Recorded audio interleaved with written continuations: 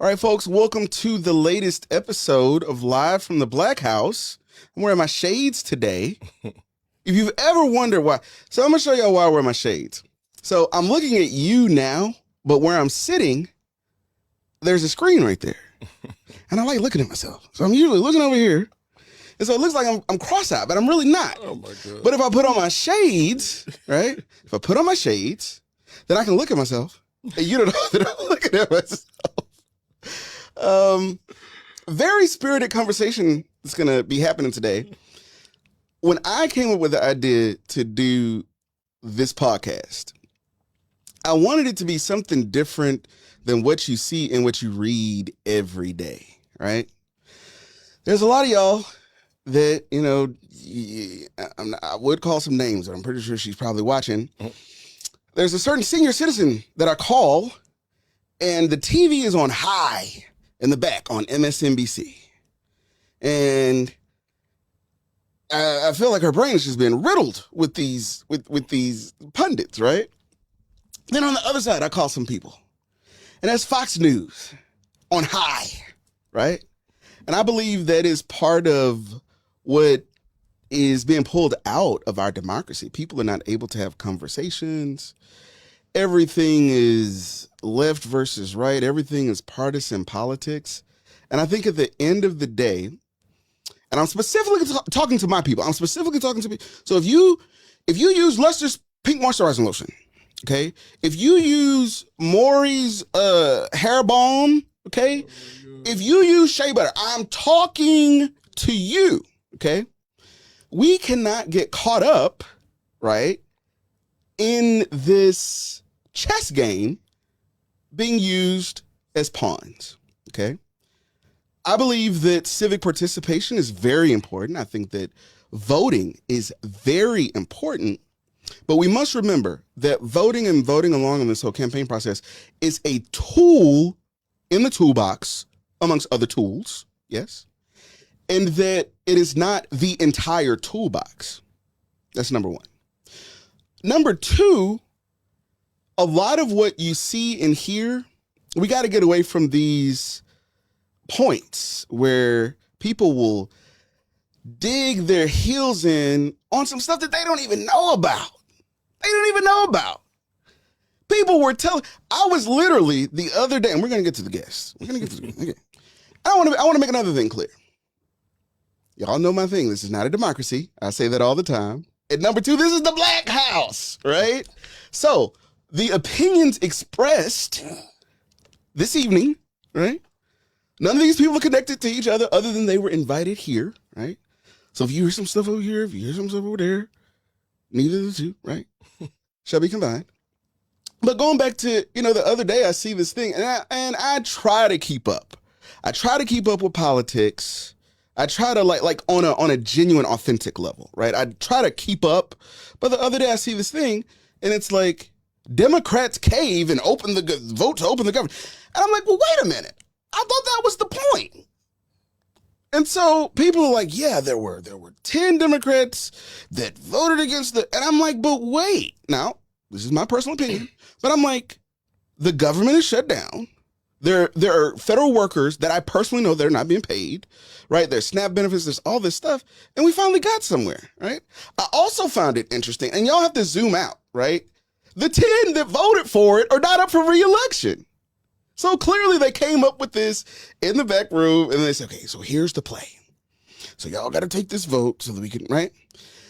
And then came the thing, so I literally asked this on Facebook. You can scroll back to my Facebook page, and I actually asked this. I said, I'm confused. I thought this was the point. And someone said, well, we're fighting for healthcare. Like they were supposed to hold out for healthcare. And I'm like, but wait a minute. Do we not understand that right now the way healthcare works, your insurance company, the providers, big pharma, they are making this stuff up. They're making the numbers up, right? So if you're fighting for another 20 million, 50 million, 100 million, blah, blah, blah, right? If first of all, we do not have a system where your income does not dictate whether you get care or not. That is the first line, number one. And number two, it shouldn't be a slush fund, right? For big pharma and the providers and the insurance companies to make these decisions, and to have us fighting for more money to be put into a hole that has no bottom, right? And we got to call a thing a thing. I know it's very unpopular. Put it in the comments. Put it in the comments, or rent some time at a podcast and talk about what you want to talk about. To my right, your left, former city council member. I think he ran like the Phoenix Center, okay? His mother's more famous. His mama, okay, is the real deal. Former state representative, former congressional candidate, current congressional candidate, right? Ladies and gentlemen, Jarvis Johnson. How you doing? Welcome him to the Black House. Welcome to the Black House. My pleasure, brother. I see you repping TS, or is that PV? Is that PV? Is it PV? Or which one? No, I confused. TSU. I went to neither. Okay.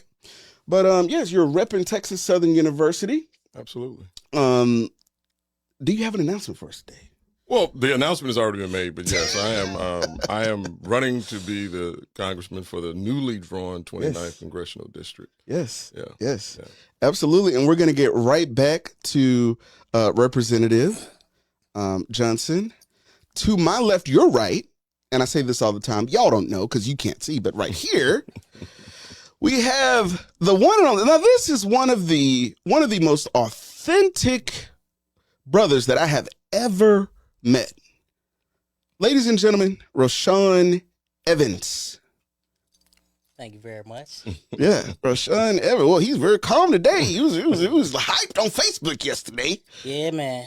It's still there. It's still there. You know, it's a lot, that be up here. Absolutely. You know, it's a lot I be trying to navigate through and figure out, best approaches. Absolutely. And organizing strategy. Absolutely. And the who's I bring into certain centerfolds. Absolutely. Because, we need change, and we need it now. Yeah. But it's who you bring into the room sometime is how you can actually move stuff forward. Absolutely. We all got a job. Yep. But all the job is not, our jobs ain't the same. Absolutely. Absolutely. Very true. And shout out to your barber. If you watched last week, I put it out there. My barber took my stuff back an inch. Okay. I don't know if y'all can see it. And here's what's crazy. I texted him yesterday because you really can't tell until it starts growing back, right? Right. So I'm like, man, it's like this much. It's like that much. So I text him and I say, hey, you took my stuff way back. And then he gave me some kind of barber technical, well, no, because you had the braids. And nigga, no, all right? So it's going to take a couple of weeks, but I'll be all right. And to the left of Roshawn, this brother here, listen, he got a Cybertruck, and I want to know more. The one and only Theodis Daniel, father of DJ, and y'all going to be DJ a little later. Welcome to the Black House. Yeah, appreciate it. Congressional candidate, you were out there on those congressional streets. What was that like? It was grueling. Mm-hmm. I didn't realize how rough it was. I heard. Mm-hmm. I think I got indoctrinated pretty good. Okay. So, what would you say was the hardest part about all of it? Hardest part of it is try to change people's mindsets. They're so comfortable in the way that they vote, and it shouldn't have to really be about Democrat, Republican. Mm-hmm. Ideally, these congressional districts you have a representative of that district, and you have to think about who can you put there that's going to represent you in the best interest of the people. Mm-hmm. Doesn't matter if it's Democrat, Republican. Either one could either represent you to the best of their ability or just neglect the whole deal. Absolutely. One of the things that I like to do, anytime that something happens on the news, right? If it's good on this side, I like to see how the other side, how are they painting this thing, right?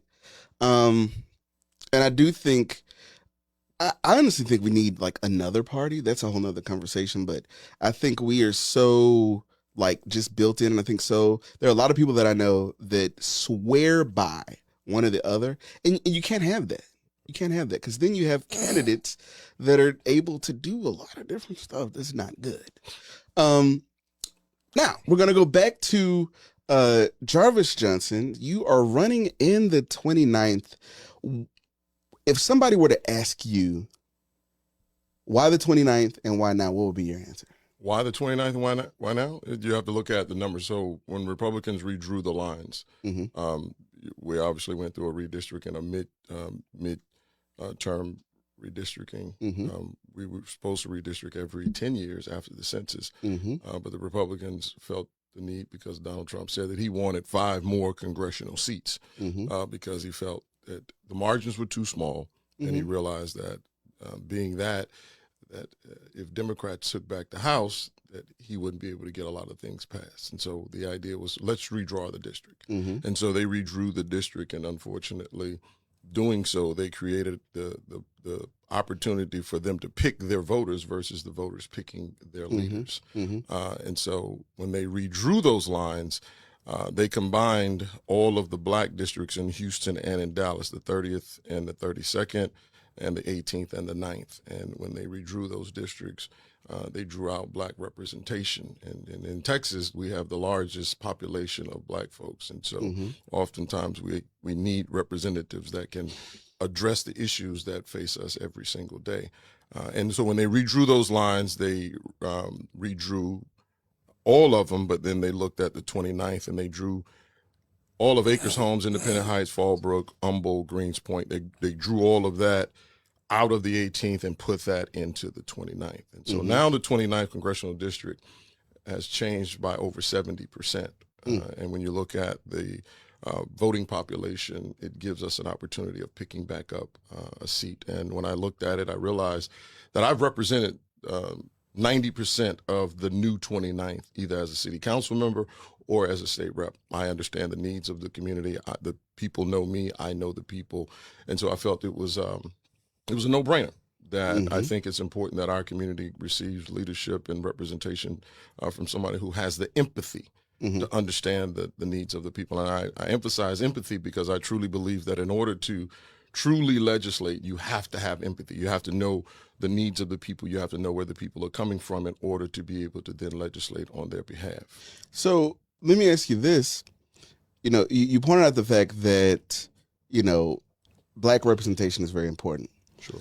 Do we dilute our strength by only advocating in one of the two parties?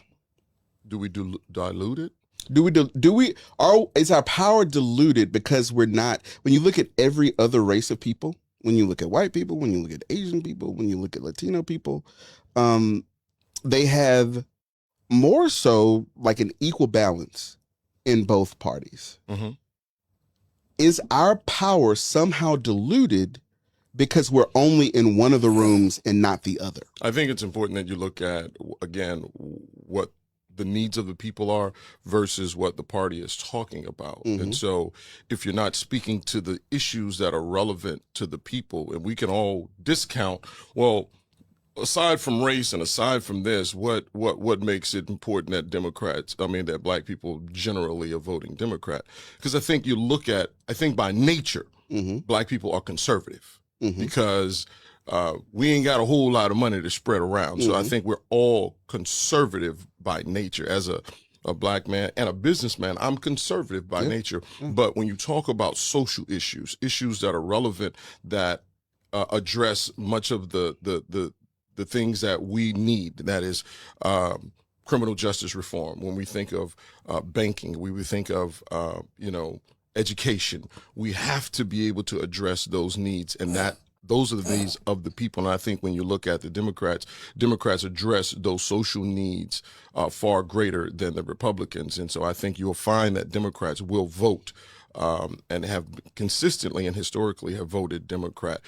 And I think that happened, after, during the Civil Rights Movement, in which you saw it was the Democrats that were pushing to help move the needle for the Civil Rights Movement so that black people could have access, could have a seat at the table, could, have voting rights, could have housing rights, could have, equal opportunity to go to banks and live where they want to live. So I think that's what has drawn most of black people to it. I don't think it waters it down. I think what we need to do is to use our power, because when you look at black people, we're going to vote 87% of the time Democratic. But I don't think the Democrats have addressed the needs of the Black community. Yeah, And so I think that in itself has weakened us, but the Democratic Party in itself has been weakened because it doesn't take care of its base. And then you'll find that then people will just stay at home and say, well, they're not addressing my needs, and so I'm not going out to vote. But we're still voting in great numbers. You know, you mind if I? Go ahead. You know, ahead. I always say, as an elected official or aspiring to be, if you ain't never been through nothing except school, you ain't got no business at all, period. Mic closer to your face. You ain't got no, They put a little note over there. no business creating laws, policies, or pushing laws and policies unless you are walking with the people who actually understand how laws and policies impact people that you are implementing or pushing for. Now, Jarvis, he didn't touched on it like throughout his entire conversation about understanding his community, walking with his community, knowing the needs of the community. And for the most part, when I look at our representation, they not really representing us because they agree. don't understand our needs. Yeah. They don't understand our problems. So even with a lot of implementation or a lot of things that they wish to push forward, it starts at a level. Yeah. And that level for me always seemed to be like middle class and up. It ain't from the ground. It ain't to address like root cause issues. So now you got people, you know, that may be Black, that look like me and say, I'm going to be your representation, but they don't even know who I am. Right. And it's like, for me, I don't care if you Black. You cannot represent me if you don't understand me. So you could be Asian, Latino. If you understand my issues, I want you in that seat to represent me. Absolutely. And to your point, Roshawn, I would say I've become so frustrated with retail politics, which has become, it's X amount of weeks ahead. You hit up the churches, you do some backpack giveaways, you fry some fish. You get a certain amount of people to thumbs up you. And then we send you to Austin, we send you to DC, we send you on Bagby, and there's no accountability, right? It's like when you get sent on a scholarship, they want to see your report card. And if you're not doing the stuff, but that's not, sadly, the points that you were just making, that's not what we're using as a whole to decide who goes back. And what do I, and again, Jarvis didn't say this. And Roshawn didn't say this. Y'all remember this, Darrell, okay? That's the reason why you have 50-year members of the state house that get sent back over and over and over again when their districts are case studies for failure in government, from the school district to the everything. But these are the people who keep getting sent back. Let U of H lose too many games this year. What's the coach's name at U of H? Anybody know? Nobody know. We ain't got no sports people. Okay, this is a Black group. TSU. Who's the person at TSU? Who's the head coach? Chris Dishman. Chris Dishman. I know that because I'm a TSU alum. So there you go. You're wearing the thing. This was an alley-oop for you, Rep. Right, you were supposed to be able to just slam that thing. Yeah. Now let him lose all the games. Let him lose all the games this season, and come back and be like, well, well, if I may, I will say this. If you're making the analogy between sports and politics, in sports, there is a game plan. Yeah. And so in politics, what we are lacking is that plan. When you talk about what is the agenda, we have to have a Black agenda so we'll know what we're fighting for. Mm-hmm. Oftentimes, everybody just goes and says, we're going to just fight for whatever I hate think that word. we're going to fight for. I hate the word fight. We need to figure out what's our plan. What is our fight? Right. So when you look at the civil rights movement, that was the last time we had a plan because we understood what we were fighting for. Since then, there hasn't been a plan to say, what do we need to address? What I am addressing is what during the time in which I was contemplating running for office, and I'm not running for the 18th, and we need to talk about that, the fact that how the 18th had been laid out, but I went around the community as opposed to saying, I'm just going to run. I went to the community and asked, what is it that you want to see in your congressperson, and what are the issues that are most important? And when I look at what I think a viable community is, what I heard over and over again was infrastructure, and not in this order: infrastructure, housing, business, and education. Those are I think those are the pillars of what a successful community looks like. I'm not discounting healthcare. I'm not discounting religion. I'm not discounting criminal justice. All of those things are there, but we have to first build the foundation. If you want to build a house, the very first thing you have to do is build the foundation. Once we're built that foundation, now we can add those other things in. Right. Because when you talk about criminal justice, you're talking about how do we stop many of our young people from going to jail? You provide opportunities for them. In our community, oftentimes, the one ingredient that our young people do not have is the word hope. Hope is the one ingredient that every human being needs in order to thrive every single day, because we wake up every day with saying, I hope that life will be good. I hope that this is going to turn out right. I hope for a young man going to school, I'm going to do well in school. We have to have that hope, because when you have that, then you know I can move forward. We don't have that because our young people are just finding it to be in despair. Access, and resources. Hope, access, and resources. Hope, access, and resources. Discount that. Love that. Hope, access, and resources. I'm over here like Colonel Sanders today.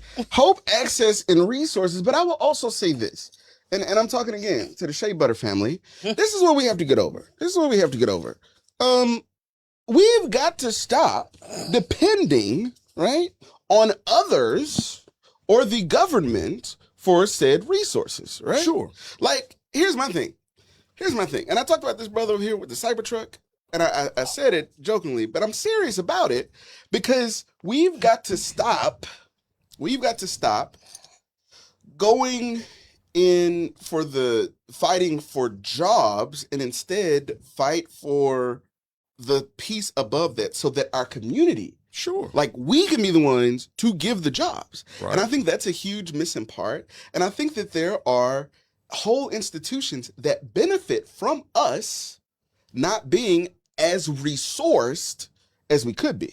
Right. And I will say, it's only, let me tell you something, because, listen, the fish don't fry in the kitchen, the beans don't burn in the ground. It's been about 10 years, okay? 5. It's only as a black man that you either within the community or from outside the community, it is assumed that, like, there's a ceiling. Am I making sense? No? Let me give an example. I was and I started to say the name of the event. I collect watches, right? Mm-hmm. I collect watches because it's a great investment. That's right. You can make a whole lot of money going to estate sales if you know what you're looking for, okay? And so I was wearing a tag, and I was sitting at this progressive Democratic event, okay?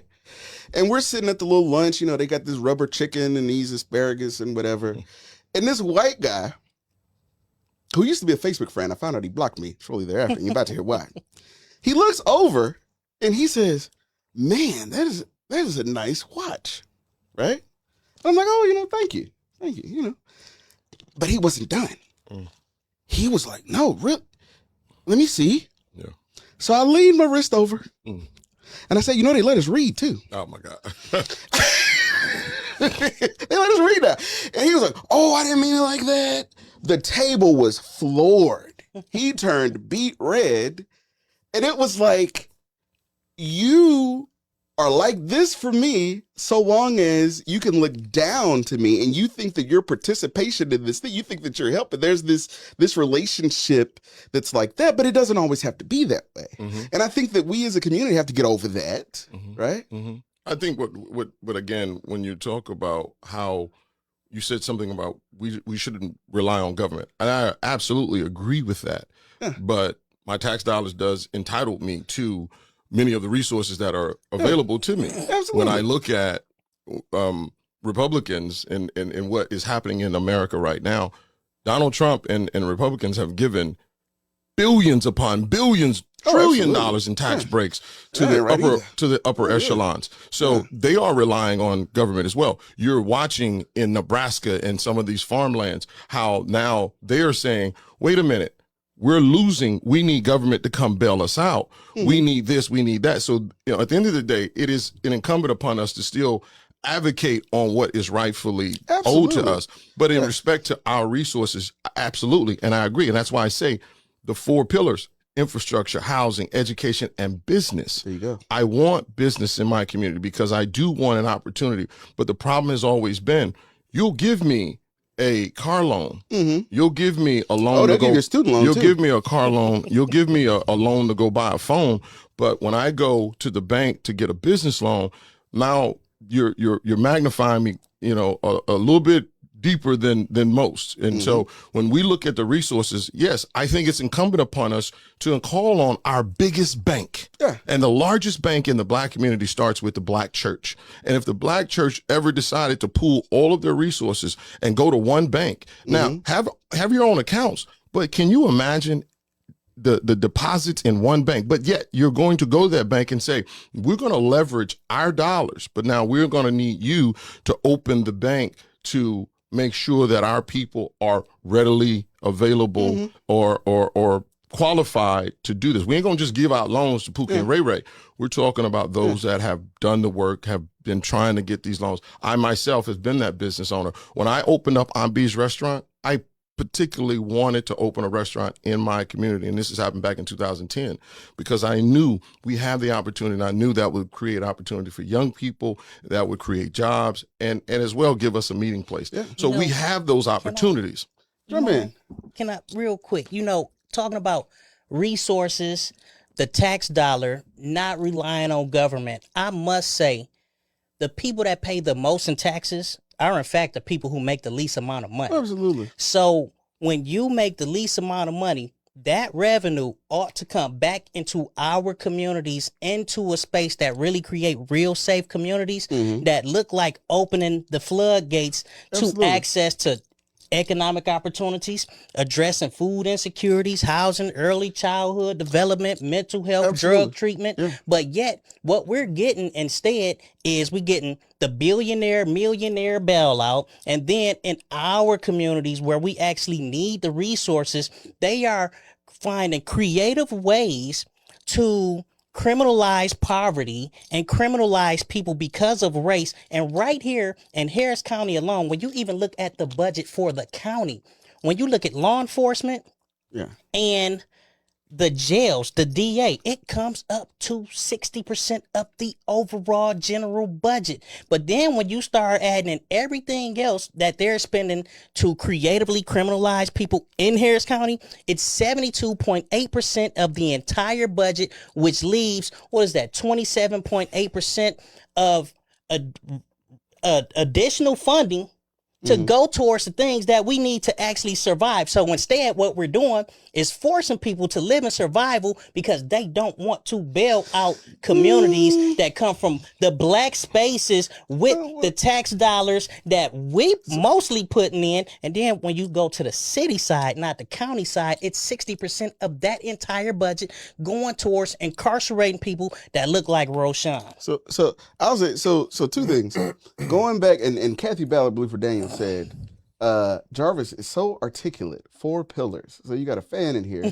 Daniel Norris said, listening to the community is crucial, but unfortunately not as common as it should be among office holders. I'll say this to your point about the churches. I totally agree, but I would say even more than that. Imagine if Wheeler or Lily Grove got Black architects and Black builders, right, to build their huge, that's just an idea. That goes all hand in hand. That goes hand in hand. And then to your point, Roshawn, I'll say, now, I know y'all don't know this because I've never talked about it. I never talk about this, but I used to work for the prison system.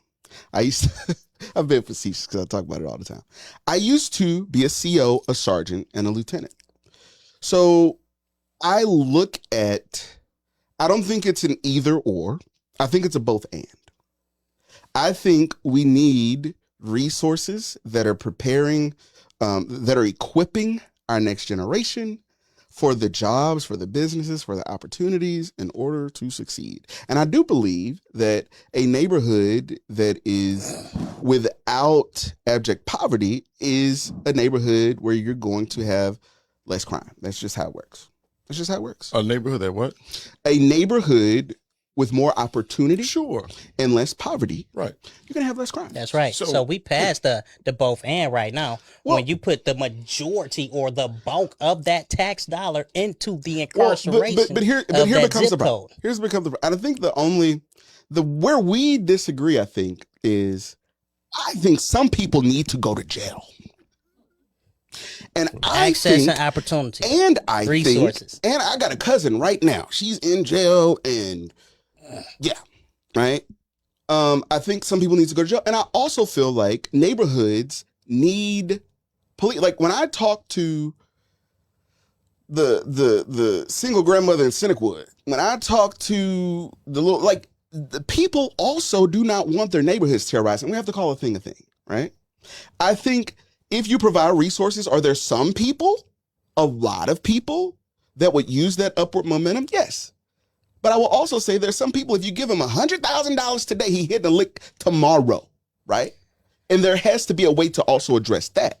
Well, I don't. So going to your point of the resources in the community. Number one, when I was on city council, Yeah. the one thing that would constantly happen would be the concentration of poverty in any one neighborhood. Yep. The concentration of poverty in any one neighborhood would depress and hold that community down. So when they were trying to continue put quote unquote low income housing in District B that I used to represent, I would say, no, stop. We're not doing that, because I understood businesses follow rooftops.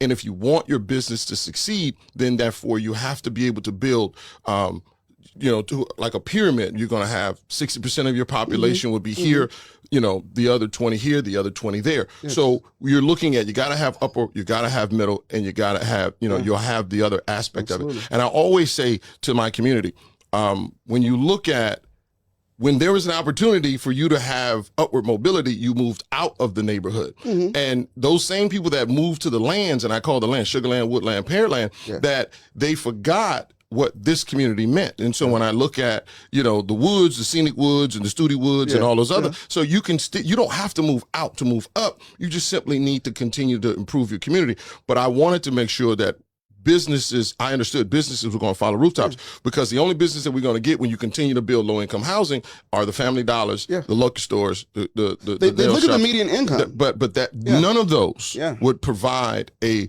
larger scale job market for our young people. Right. And again, when the young people have access to the jobs, then they're less likely to not be involved in criminal activity. Almost clapped. But it's almost clapped. But it starts here, and so we have to we have to create the plan that we can then build on. And so it goes back to the original point. When you send your representatives, they have to go with a mindset of a plan that we're all collectively addressing, and that again will be the four, what I believe to be the 4 pillars, because that's what I heard from the community. So, and to talk about policing, we can talk about policing our neighborhoods all day long by putting more cops on the street, but the fact is that cops don't thwart crime. They simply intervene. They only show up when crime has already been committed. Well, I gotta tell you, I had somebody to steal from me last year, and I called HPD, and you know what they did? I called HPD, and they were like, "No offense, because I know you DJ sitting over there, he's wearing HPD uniform." I'd like to touch on that when you get a chance. So I called HPD, and they were like they chuckled, like, "Oh yeah, like we haven't even assigned an investigator." So you know what I did? I called down to City Hall. I put my name on the thing, right? So now I'm getting a call from HPD, right? Government Affairs. Hey, Mr. Douglas, we can expedite this for you. Everybody shouldn't have to do that. And I will say, I think if you got a gun on your hip and you're running towards the trouble while everyone is running away from it, we have to be able to pay them well, because we have to attract the best, but that there should also be accountability. Like that has to exist. But go ahead, Theodis. Okay, so the problem is crime situation, and I'm going to keep it 1,000. I'm going to sugarcoat nothing, okay? But if you look at the facts, it says that Houston's population density is that of Chicago. They have 10,000 officers. You have 5,238 officers. That's HPD, with 2.23 officers per 1,000 residents.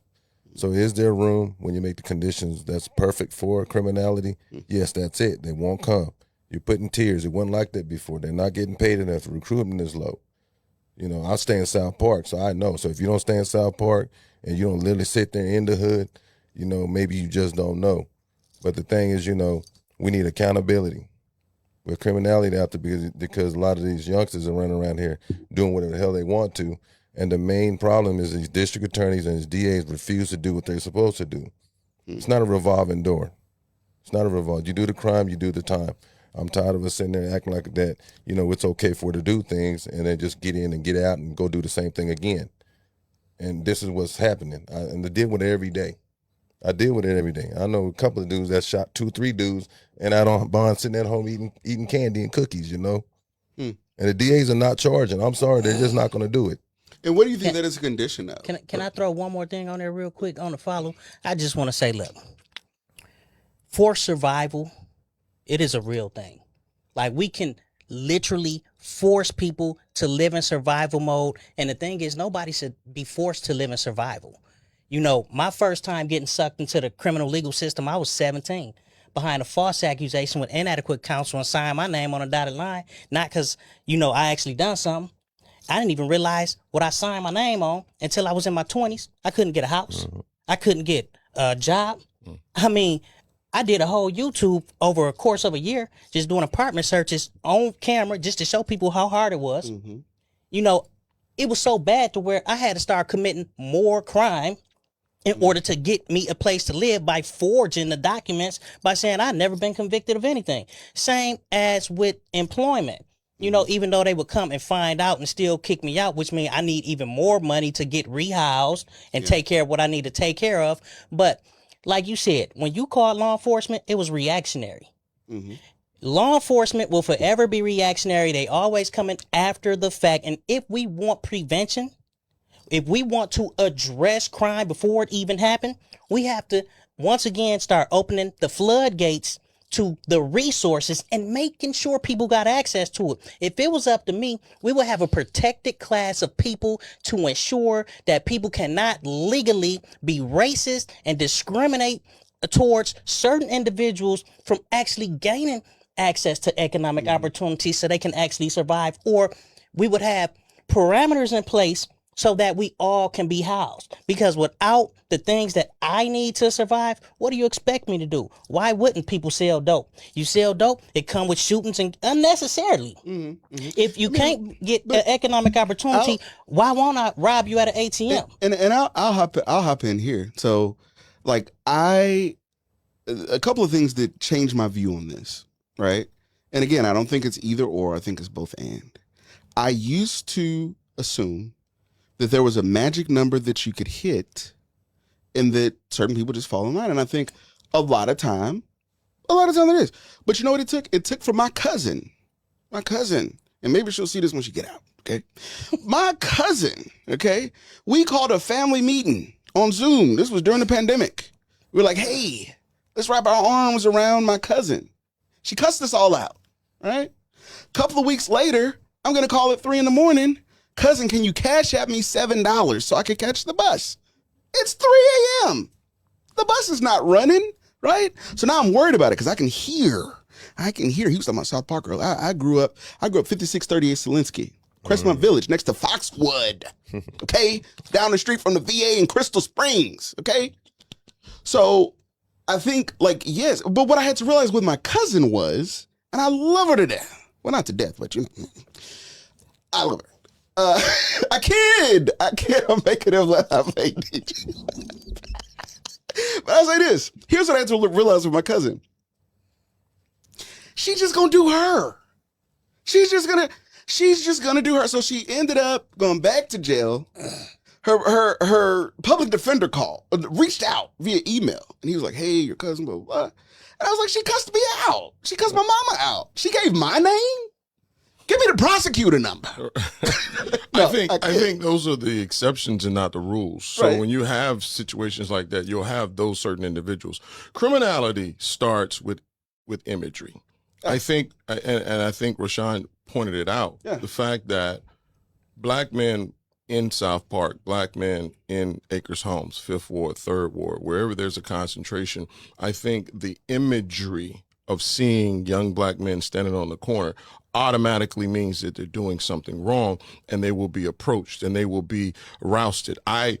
Running Phoenix Outreach Youth Center, there were a lot of young people that I would have to intervene with because there were so many instances and situations where they lived in a house where their uncle sold drugs. Yes. And this 17-year-old kid happened to be in the house that his uncle was selling drugs, but they put the drugs on him as well. Yeah. And so therefore he had to sign for 10 years probation.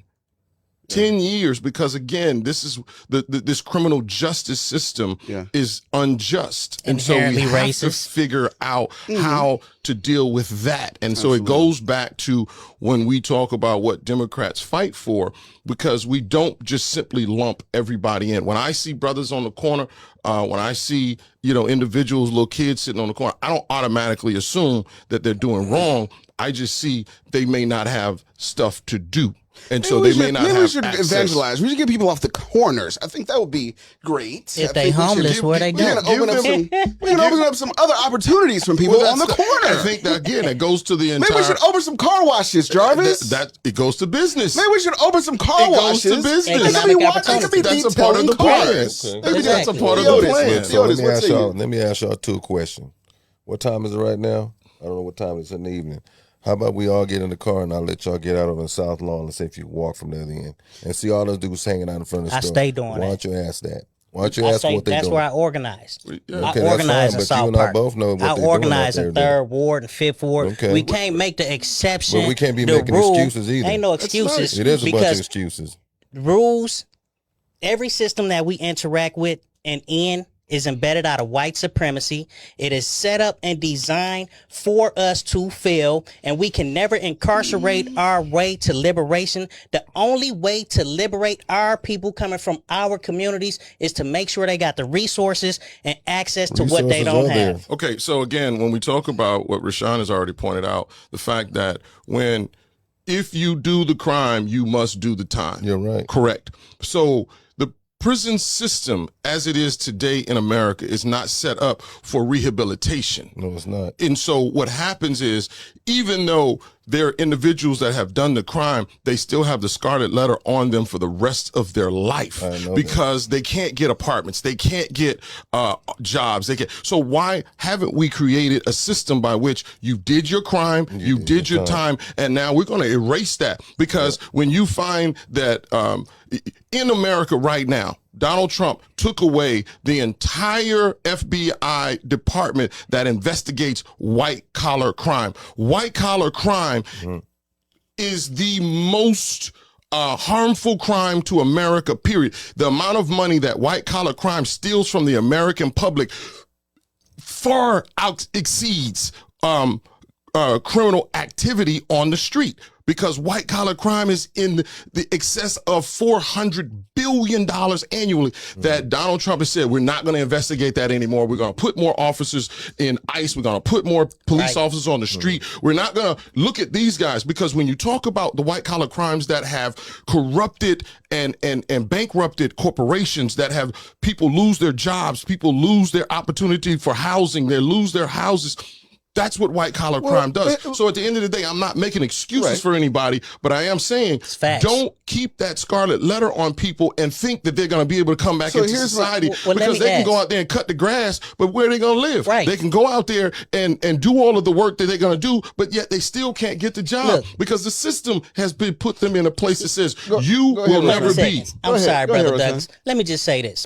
Because when I be out here talking, I do hear people say, I wish we had more financial literacy, or we can teach people how to do X, Y, and Z, right? But when I'm carrying that scarlet letter, I can have all the education in the world. I got a college degree right now, but yet all my education don't mean nothing. And my education do not open the door to access, because that scarlet letter keep me legally boxed out.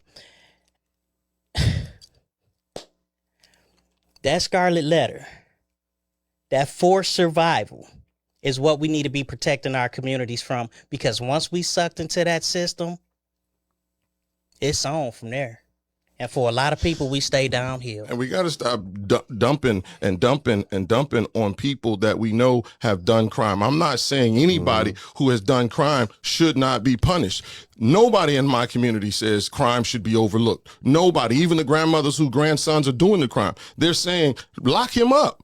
But at the end of the day, once he has been locked up and he has done and served his time, and he has been the system's slave, because they're still having to work in the Texas system by which they're doing all this free labor. Now you let him out and let him do the work, but yet we continue to create this horrible image, but yet nobody wants to talk about the bankruptcies that literally is bankrupting this country, because we always say, let's give them another chance, because after 7 years, after bankruptcy, you're good. Then it goes You're back. Kathy Ballard Bluford Daniel said, had police stopped Marquise, who had a blue warrant for almost a year on his previous incidents, he would have been arrested, and then maybe Patrick would be alive. Patrick Murphy was Kathy Ballard Bluford Daniel's son that was killed on a mistaken identity. I could also take this to Tina Kingshill. So a couple of years ago, I was in Chicago, right? And it's crazy the way God works, because usually I have some on me.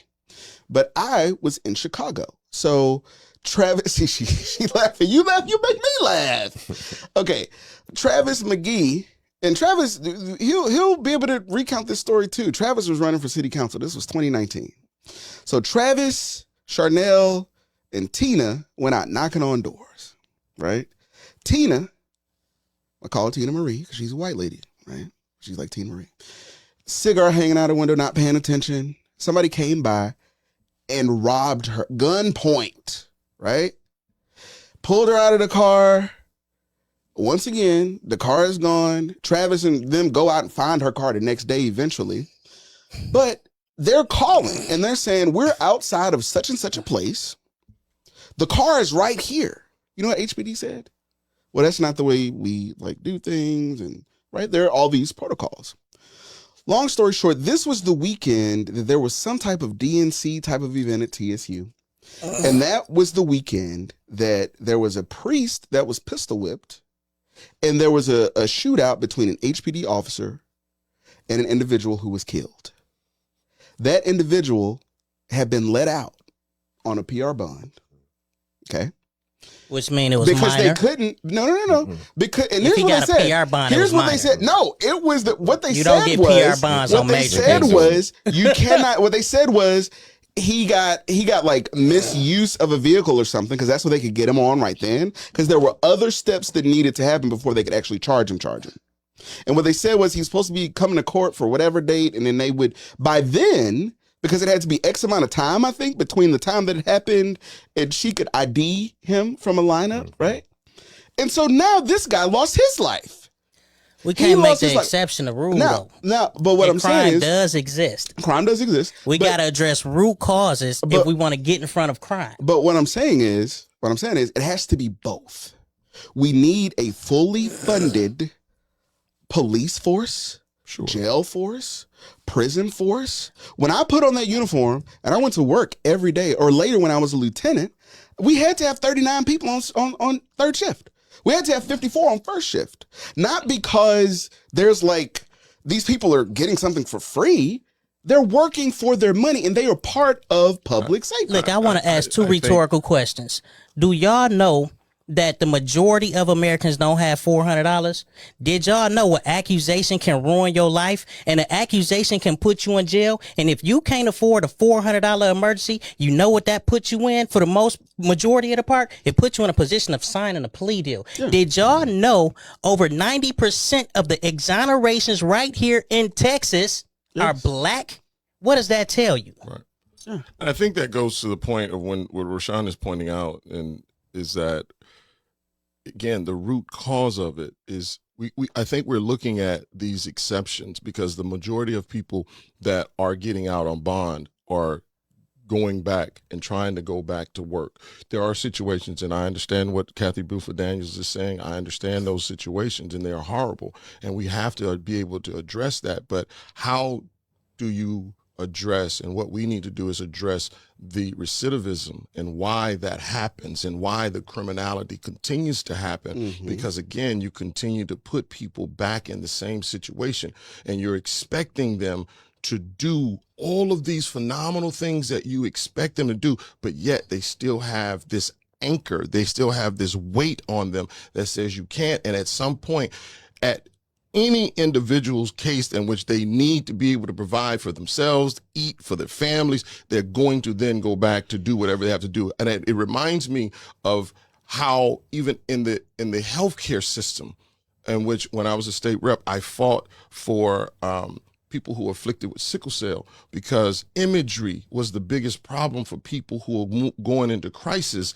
that have to go to the hospital. And when they get there, the first thing that the doctors and the nurses say is that you're simply drug seeking. I'm not drug seeking. I'm in crisis. Right. I'm literally having a sickle cell crisis. I'm in pain. What happens is when you only want to give me Tylenol 3 for the pain, those individuals then say, I got to go to the streets and find something to remedy this pain. Right. Now, I remember going to the hospital because I burned myself. I had 3rd-degree burns on my arms and my legs. And I went there and the nurse kept asking me for my insurance. And at this point, I was like, look, damn it, my skin is falling off. Yeah. Can you please get my insurance after you provide?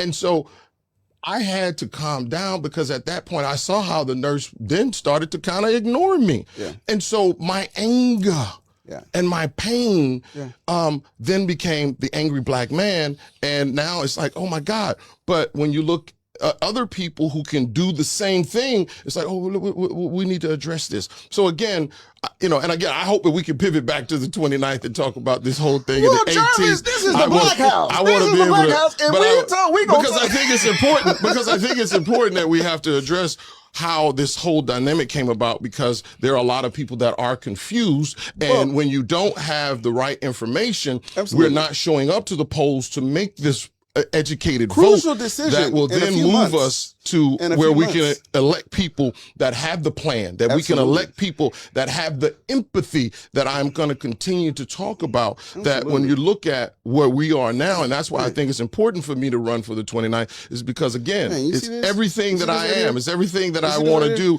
and I want to have this plan for this community. You got to be able to pivot. You know what that is? This man has been on the ledge. He's been on city council. You see where he swerved that thing, he put his blinker on and came back. Put up number 1. Speaking of elections, oh, you had something, Theodis? Yeah, I want to touch back on what Jarvis said. Now, we're going to be completely honest. He's a Democrat, I'm a Republican, right? But I can tell you one thing, that I agree with him. The prison system is jacked up. I got a brother, he got out of prison and he couldn't get a job, can't get an apartment, and nothing. But he did this all his time. Like, he sat the whole thing out. Until this day, he can't get an apartment. Or if he does, they do have some special apartments. You look on Facebook, they're like predatory leases. Yeah. So they'll sit there and take a $14 apartment and jack it up $2,000 and some change and a ridiculous amount of deposit for you to live there, and they can't do anything. So even just like I was saying before, I said, if they finish their time, they says if you've done the punishment, you owe your debt to society. But if you paid it, you owe nothing. But see, the thing is, like, why? I was like, well, I told my brother, I said, man, look, we got to figure out some way where it can fall off, just like credit. Yeah. You stay out of trouble 5 years or something like that, you don't get into nothing, it drops off and you go back to your clean slate, get your voting rights back. And I don't understand why they keep putting, you can go to jail for something small and they take your voting rights. Well, I'm still confused about that. I don't get it. You should be still able to vote. I put a bill out when I was at the State House that would remove people's criminal records. Yeah. Texas is the hardest state to get expungements. It's almost impossible to get expungements here in Texas. And I think that's a mindset made up of a group of individuals who are legislators that happen to be Republican that say, no, if you want to be successful in society, just join society. That's what they want to do. That's why you sent them to prison. And so it should be an opportunity for rehabilitation. But unfortunately, I have been rehabilitated. You set up opportunities for me to take a vocation. You set up opportunities for me to have drug classes. You set up opportunity for me to have sex offender classes. You set up opportunity for me to have AA classes. So I've done all of those, but yet you still place this impediment for me once I even get out. And now you're still telling me to act as if I'm just a normal citizen when you're not giving me the opportunity of being a normal citizen. And that's why I think it's important that we have an agenda and a plan for all of our legislators to come together who are of like mind to say, these are the things that we're going to work on. We're not going to change society overnight, but we can start chipping away at it little by little. But if we all focus on that, and that's why I go back again to my 4 pillars. Once we set the foundation, now we can start talking about giving jobs to these young people, making sure that they have an opportunity. But then from there, as we're building these businesses, as we're getting the churches to have the black architects and the black construction companies and all those other things, that goes without saying. But if we're doing that little by little, you'll see the dynamic changing. But unfortunately, it's not changing quick enough because we don't have people that will stay on it, that will stay focused on it, because we're always reacting to every scenario and every situation that happens. Going back to what we're talking about with this government shutdown, while there are 44 million Americans that will not have access to health care, while those Democrats said we want to just open up the government, we want to make sure that people who receive their SNAP will receive their SNAP.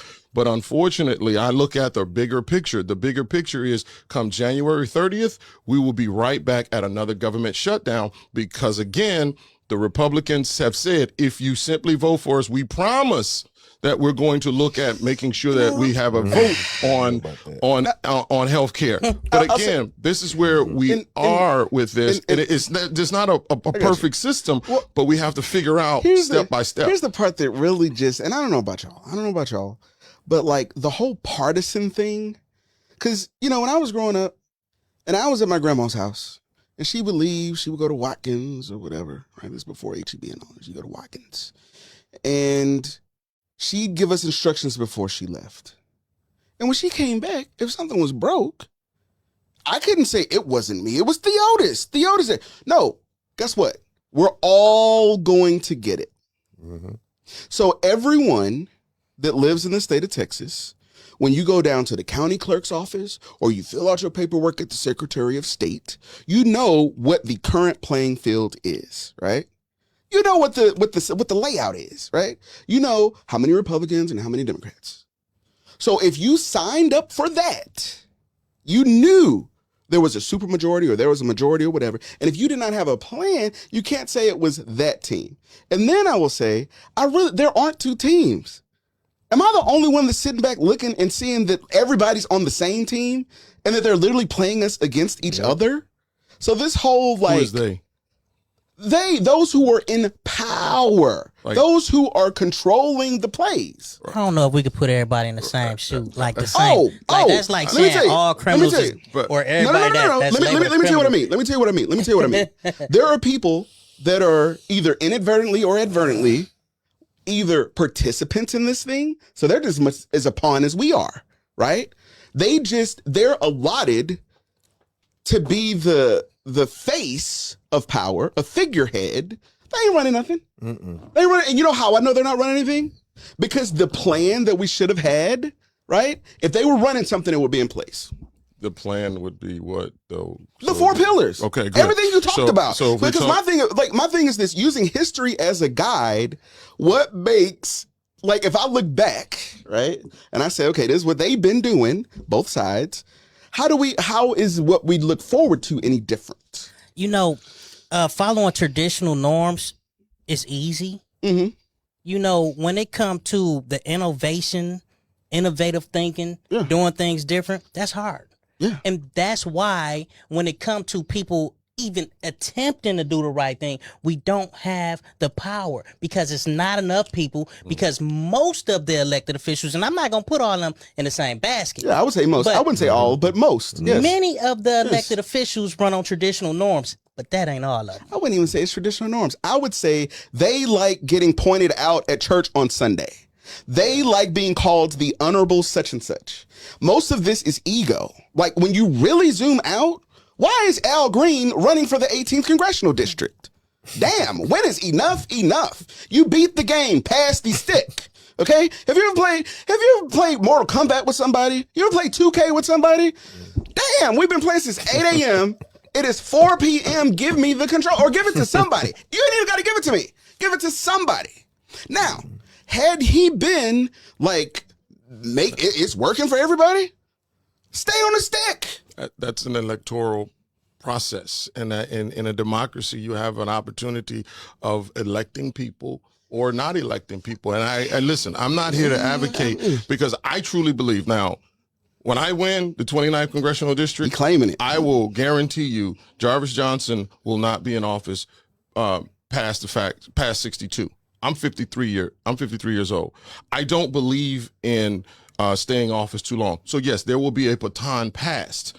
But when you look, somebody got to take it, Jarvis. You're not gonna get a baton to nobody. Somebody gonna come. They gonna take it. No, absolutely not. I mean, at some point, power concedes. And I learned this from you. You told me, but nothing. Power concedes nothing. But at the end of the day, I'm saying if I'm doing everything right, and I very well plan on doing everything right, because I am well rooted in the community.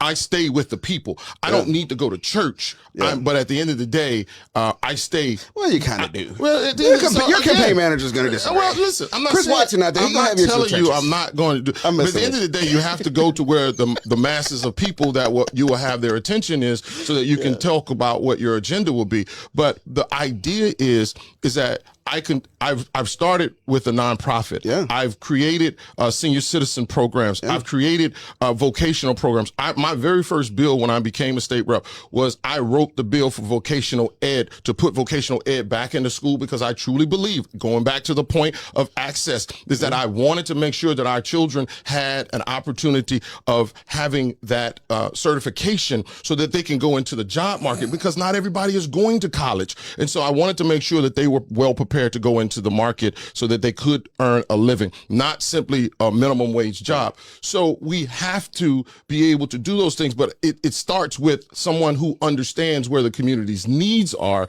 and that's who I am. So can I give you an ask? Can I give you? This is an ask for all three of y'all. It's an ask for all three of y'all, and we can do this virtually. We can do this in person. We can do it however. Okay, there are a lot of job fairs, right, where people get their hopes up. And they go, and it's just like, these people are not hiring. This stuff is not even real. This is just so Congressman such and such, state rep such and such, state senator such and such, or council member such and such can take pictures in front of a step and repeat, so that they have a picture for their mailer in 6 months. No, that's not the job fair that I'm talking about. I'm talking about, can we do something that is real? And I'm not just talking about jobs, because I think we limit ourselves. You know, we look at people that are formerly incarcerated and we say, hey, they paying $15 an hour, go over here. No, think big. There are bigger opportunities than a job. And like, will y'all work on that? I will tell you, yes. But I will tell you, as a city council member, I specifically had a job Jarvis, fair. You got it. They know. You're good. For formerly incarcerated people. But when I invited the companies, I said, I want ready jobs now. There you go. You're going to hire on the spot. And so if there were, now I will tell you, it was beyond my wildest imagination, because I anticipated 300 people showing up. 1,500 people showed up. And the line was down the street around the corner. Now, 300 jobs were given. 1,500 people were like, the need was too big. Right. The need was too big. Well, but at the end of the day, the need was greater than I even anticipated. And so when you say, I don't do job fairs just for the photo op. I do job didn't fairs. say Jarvis. Y'all, you said politician, Jarvis, brother. I just want to make sure. I said some. Okay. You know they said hit dog or holler. Anyway, can we go to number one? This ain't no hit dog. I want to clear it. I want to clear it up. I play. I kid. Can we put number one up? Quincy, are you not paying attention out there? All right, we got some people that are also running for office. Y'all have heard for about the past 90 minutes that Jarvis Johnson is running for TX-29. Well, Chris Bell is running for governor. He wants to join Texas Democrats seeking to unseat Governor Greg Abbott. We'll do a lightning round. Thoughts? Hey man, to each his own. There you go. You got to get somebody in the primaries. Good luck to him. There are a lot of people who are going to run, and you still don't know who all is going to throw their name in the hat. There you go. I'm going to go to the next one. Let's see, who else is running? There's a lot of people running for stuff these days. Can we put the next one up, please? I wanted to talk about Texas Southern University. This audit alleging mishandling funds raises alarms over future of schools independence. This is interesting to me because Brandon Simmons, and I'm not knocking Brandon Simmons, but he was the former chairman of the Board of Regents. He just got tapped after his term ended to be the ombudsman for the Texas Higher Education Agency, or whatever they call it. And now apparently he was there while this was going on. Is there a witch hunt going on? Yeah, it's absolutely a witch hunt. And I'm going to step right in on this because at the end of the day, let's be clear. This falls solely on the governor's shoulders because the governor appoints the board. The board then hires the president.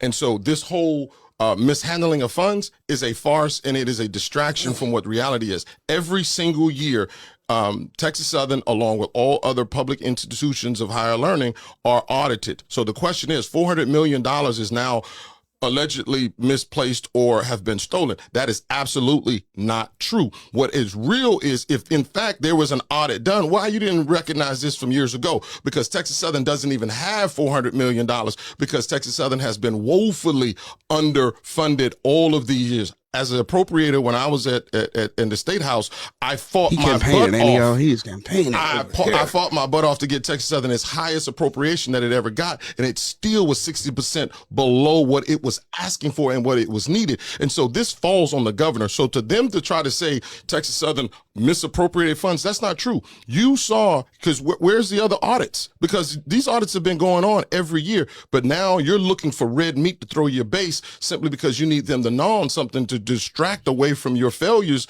as a governor. So no, this is your opportunity just to simply throw Texas Southern, because the magnifying glass for Texas Southern is always clean and powerful, but the other magnifying glasses on those other universities are broken and dirty. So you're not being fair on this in this regard. So Texas Southern, in my estimation, no, this is simply falls on the governor's shoulders because he appoints the board, and he continues to appoint people to Texas Southern's board that is not associated with the university nor has the financial means to support the university. Go look at UT's board. Their net worth is worth almost $100 billion. Texas A&M, almost $100 billion. U of H, close to $70 billion.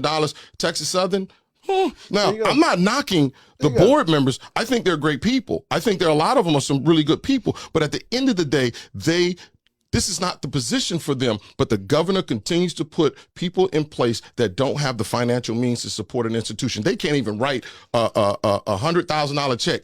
Go to U of H, go to Texas A&M, go to Texas Tech, go to UT. Each one of them can write an 8-figure check and don't bat an eyelash. So they continue to win while Texas Southern continues to lose because the governor continues to put inept people in place. There you go. Let's put up the next one. And y'all feel free to chime in too when you feel like it. So Jarvis, you don't think that there is no room for any of that to be happening right now? Or that title for that TSU about the mishandling, do you think that's not happening at all, in your better opinion?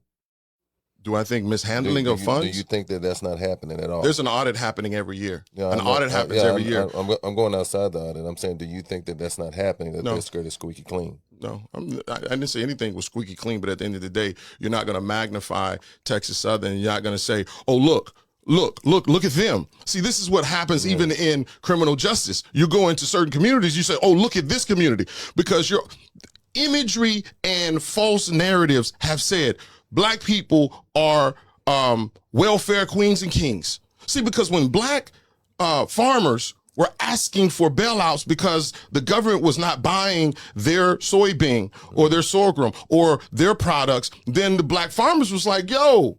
And so everybody was saying they just want a bailout. Now that Trump's tariffs are destroying farming all across this nation, now Nebraska farmers are asking for bailouts. And so everybody's like, nobody's saying that they're welfare kings and queens. And we know who the number one recipient of welfare is. It is white people. But at the end of the day, they think it's us. So again, the narrative can't be Texas Southern is wrong. Yeah. Show me the same magnifying glass that you're placing on UT, Texas Tech, U of H, and all the others. Show me that you're using the same matrix that you're using for Texas Southern University, because that audit was done every single year. Texas Southern doesn't have $400 million to squander away. That's a big part of their budget. That would be catastrophic. But again, I think when you're looking at they've paid contractors after the contract had already ended. Well, if you know contracting, you already know you do the work, then you get reimbursed. Oftentimes, that money is slow. That's in the county, that's in the state, that's in the feds, that's in the city. That you will then get paid sometimes 60, 90 days after.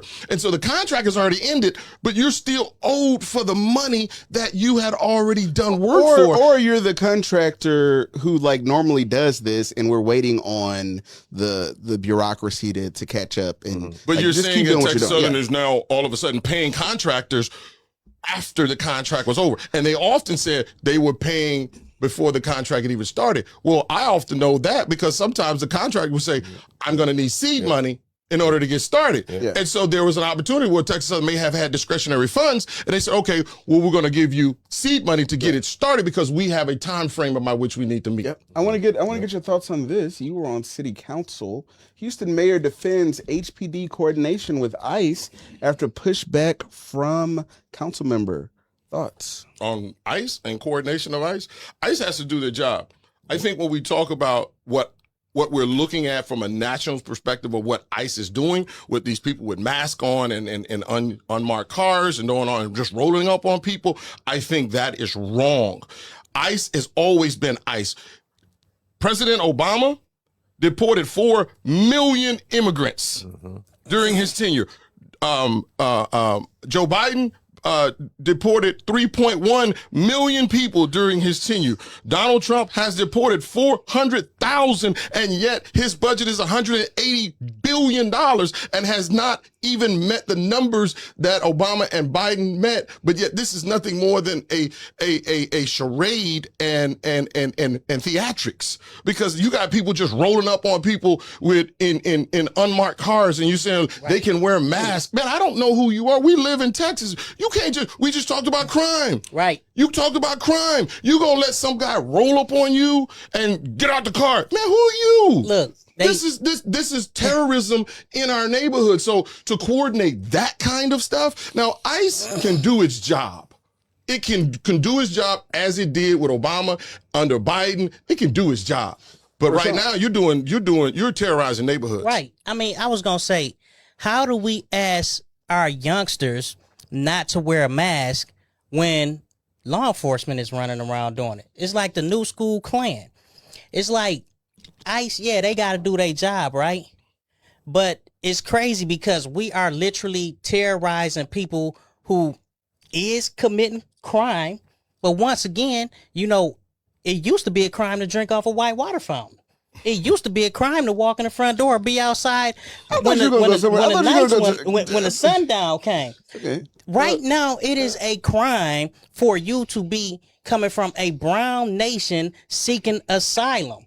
And now you have jump out boys coming to get you. I really think that we need to figure out the best ways to minimize interactions between community and law enforcement on like just little minor stuff though, right? Like preventing non-safety traffic stops. I mean, like, offender. What does that mean? When I say a non-safety traffic stop, I mean like because your sticker was out. You know what I'm saying? Like, maybe.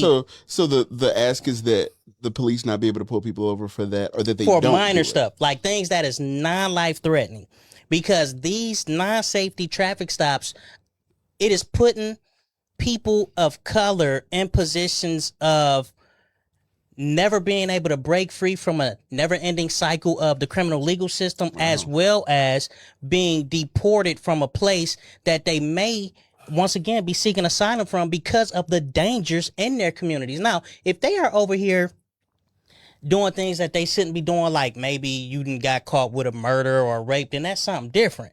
But like a lot of these interactions are literally coming from like these people are putting cement on the ground.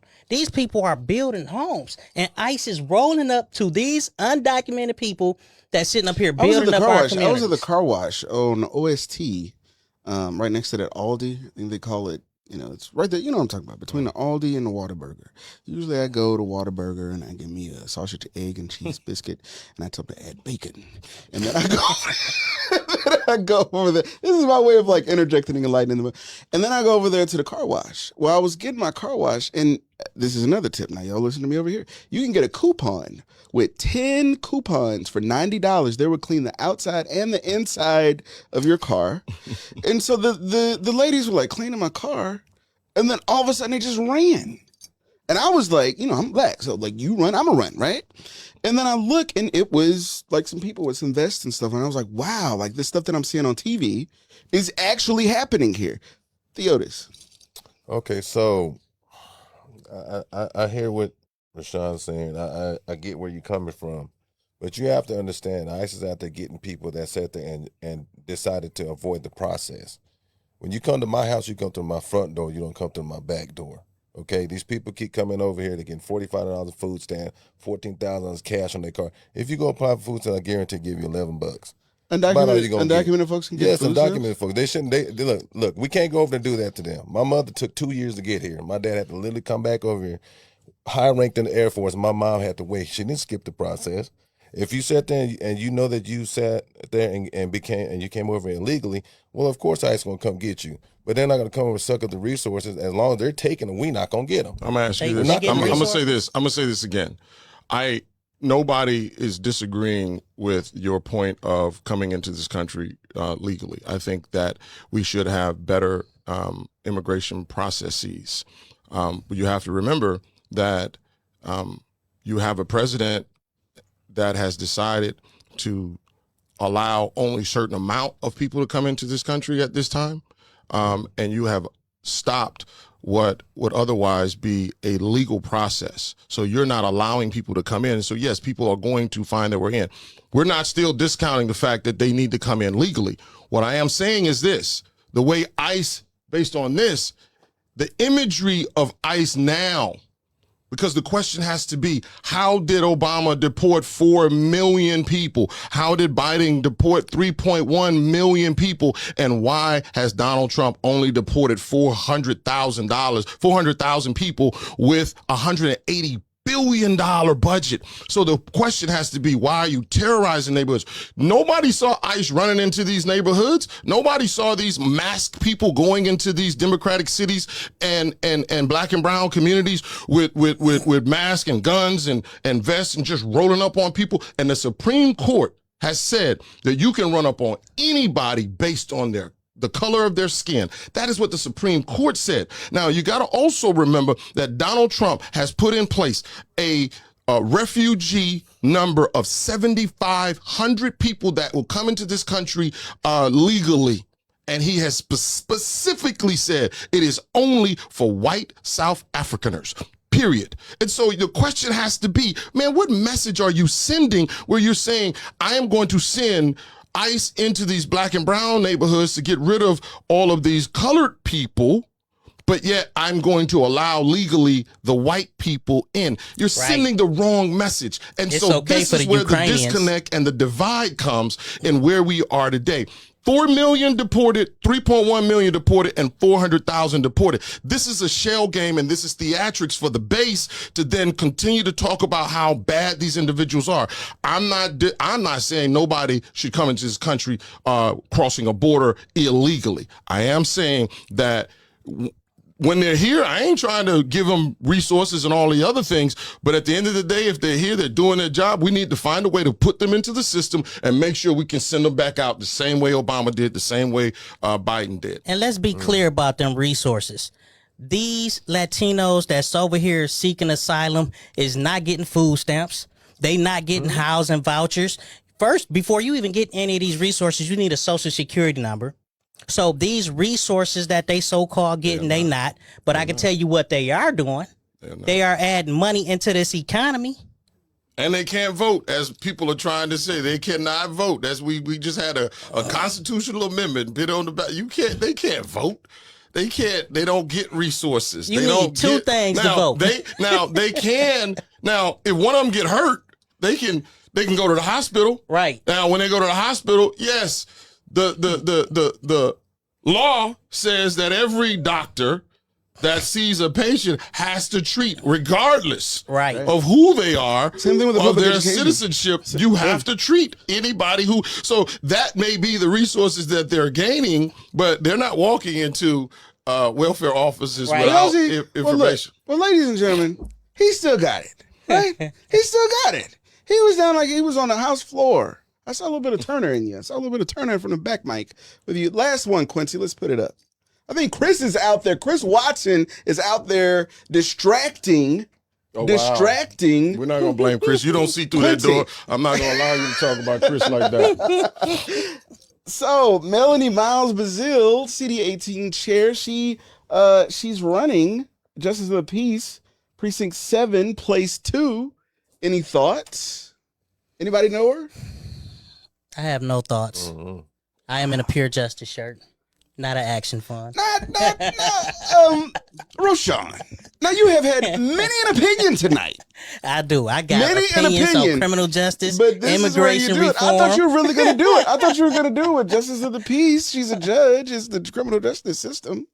No? Any thoughts, Theodis? Do you know Melanie? I'm not too sure who she is. Well, Melanie Miles Bazile is a great. I've worked with her on some different stuff. She's a class act. She's going to run a very good campaign. Y'all may remember last week we had Marquia Bordeaux. So it looks like Marquia Bordeaux, Melanie Miles Bazile are going to be in a race with what's her name? I forget. Sharon Burney. I was kidding. I know. Yeah, but yeah. So Sharon Burney and they're going to run, and that is going to be very interesting. We've heard tonight that former city council member, former state rep. He was almost a senator, but y'all stayed home. Y'all didn't come out for the runoff.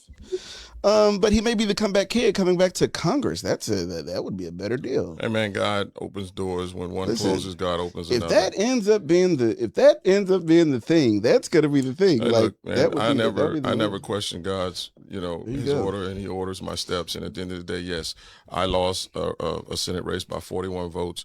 I don't begrudge or I'm upset about that. I think what's meant for me is for me. There you go. And when I looked at the new maps that were drawn, when they redrew those maps and they drew the 18th, the historic 18th out of the north, that opened the door to create an opportunity. So that, meaning everything north of 610, now is the new 29th. It opens the door for me to be able to run. And while I'm, would be running against an incumbency, which is Sylvia Garcia, 70% of that district has changed.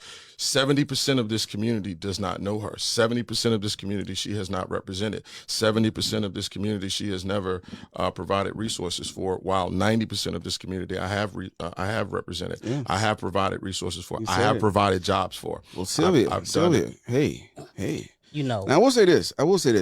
We got to get him in the Senate because this guy here, he can filibuster. You know what I mean? Now let me tell you, I had Dwight here and I had to wrangle the show back from him. This one here, oh my God, he just goes. Now he just said the same line about the 70%. Chris, you're doing a good job because he's very disciplined tonight. He hit that point, 70%, and then I've represented 90%. And so thank you for being here with all seriousness. Thank you. Kathy says you've got her support.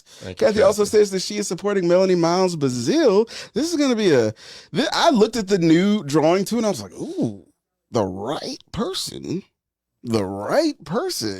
could win this thing. Could it be you? We'll see if we keep receipt. We'll see. Roshawn, thank you for being here. That passion. It's like, I've read your book. I've seen your documentary. Whether I agree with everything or not, right? But your heart is there. I'm slowly understanding more because of hearing you.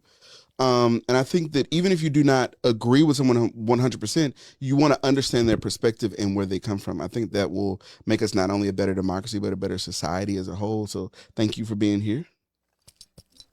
Absolutely. And Theodis Daniel, thank you for being here. Very calm, very chill. Your son is very proud of you. It's been cool to sit here and watch him look at you as you speak. Oh, yeah. Well, I'm just letting you know I'm gonna run for something else. I'm just not gonna say nothing about it. You're just now. not gonna say it here. Well, this is the place. Let me tell you something. People announce here, and it would make for a good clip. DJ, would you like to say anything? Not really. I'm just proud of my dad. Right Oh, on. that is so cool. One thing about. And let me say this one thing. Yes. I didn't appreciate them because they didn't want to debate him. And I've said this many times before. If you just scared to debate my dad, that's all you got to say, unless you're trying to be a god darn scaredy cat. Yeah. Yeah. And Mr. Johnson, so that 29th is open for a great change. There's an opportunity that I think you should go ahead and just grasp and run with it. Yeah. So a lot of people are afraid of these redistricting, but now you have opportunities for a change for new blood to come in. Absolutely. And I think, you ran it several times. And remember, I'm a Republican.